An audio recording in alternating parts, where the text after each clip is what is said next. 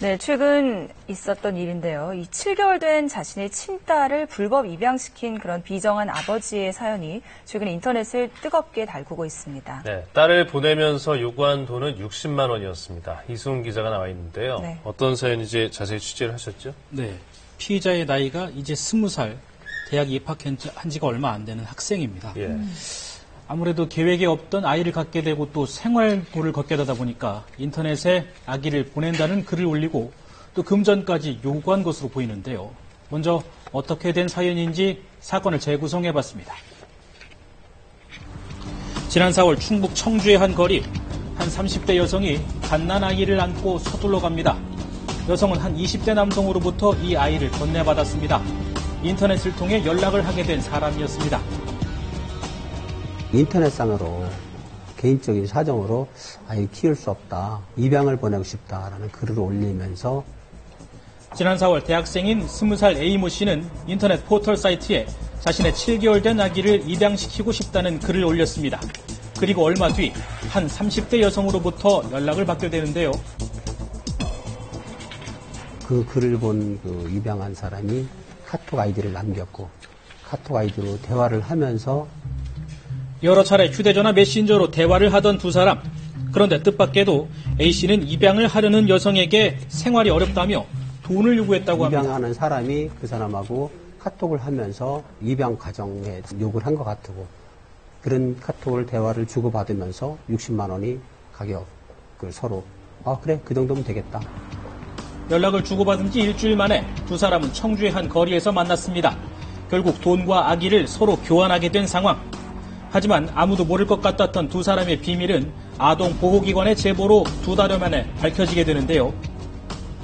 얘기를 들어보니까 아이를 매매했던 거다, 매매다, 그런 식으로 입양 절차된 게 아니다, 이거는 잘못된 거다라고 그렇게 얘기를 한 거죠. A씨는 왜 자신의 친딸을 그것도 돈을 받고 모르는 사람에게 넘기려 했던 걸까? 지난해 대학교에 입학한 A씨, 조그만 원룸에서 혼자 자취생활을 했다고 하는데요. A씨는 이곳에서 당시 회사원이던 여자친구를 만나 동거를 하게 됩니다. 그러던 지난 10월 두 사람 사이에서는 아기가 태어났습니다. 부모님과 가족들에게는 비밀이었지만 처음에는 행복했던 두 사람.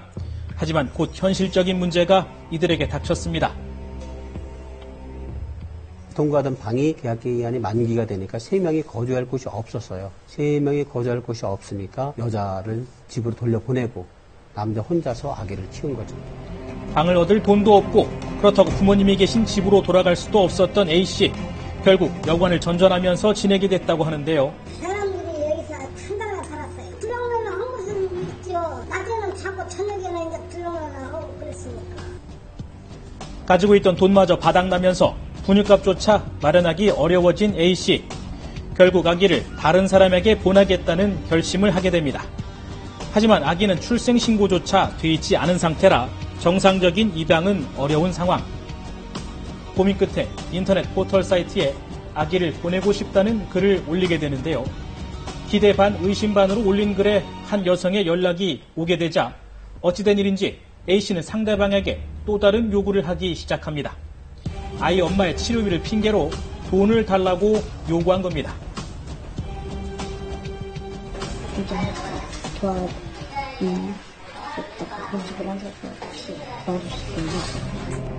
A씨에게 60만 원이라는 돈을 건네기는 했지만 아이를 데려간 30대 여성도 넉넉치는 않은 형편. 혼자 사는 여성 김모 씨는 A씨에게서 입양한 아기를 포함해 모두 5명의 아기를 홀로 키우는 상황이었는데요. 경찰은 혹시라도 다른 목적이 있었던 것은 아닌지 김 씨에 대해서도 조사했지만 별다른 의혹은 발견하지 못했다고 전했습니다. 자녀가 있지만 아이들을 키우는 게 너무 좋아서 또 아이를 갖다가 입양을 하게 됐다고 이렇게 얘기하고 있습니다. 이미 다른 목적, 범죄의 목적이 없는 거로 확인이 됐습니다.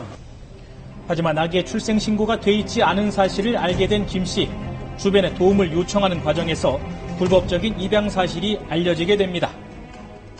모종이 그 아파트에 올라가 있었다라고 하거나 됐다고 하면 아이를 양육하는 데 큰 어려움이 없어질 건데 무보적에 있는 그 아이 상태를 받은 거기 때문에 양육하기는 아주 어려웠을 상황이고요. 그래서 그것 때문에 되게 힘들어서 보호해주기를 또 원했었던 거죠. 경찰은 A씨를 아동복지법 위반 혐의로 구속하고 아이를 데려간 여성도 불구속 입건했습니다. 그때는 진짜 조용하게 생각해봤을 때 너무 힘들어서 여기 그냥 떨어져 가서 돈 없어가지고 여기저기서 빌리려고 하고 여기 원래 하는 이만큼 주기로 못하고 그래서 너무 속상해서 이거는 저한테 이런 것보다는 그냥 하는 게 낫겠다. 아기의 입양 과정에서 금전이 오간 것도 문제지만 인터넷을 통해 모르는 사람끼리 아기를 몰래 주고받을 수 있다는 게 충격적입니다. 일부에선 현실과 동떨어진 입양 규정이 이런 음성적인 입양을 부추기고 있다는 지적도 있습니다. 대학생 A씨가 올린 글처럼 인터넷 포털 사이트에서는 아기를 입양 보내고 싶다거나 키우고 싶다는 글들을 어렵지 않게 볼 수 있습니다. 개인 간의 이런 비밀스런 입양 시도가 늘면서 이를 주선하는 브로커들까지 생겨난 상황. 부모님들한테 직접적으로 연락이 와서 브로커로부터 연락이 온 경우도 있었고 미혼모로부터 직접 연락이 온 경우도 있었다고 저희가 들었어요. 브로커가 전화 왔을 때는 1,000만 원을 얘기했고요. 전문가들은 현행 입양 제도가 현실과는 다소 거리가 있어 오히려 음성적인 입양이 양산되고 있다고 지적합니다. 2012년 개정된 입양특례법은 과거 친모의 입양 동의만으로 가능했던 입양 절차를 친모, 친부의 실출생 신고와 함께 미성년자일 경우 양가 부모의 동의까지 구하도록 하고 있습니다. 이를 피하기 위해 인터넷 등 음성적인 입양 시도가 늘고 있다는 겁니다.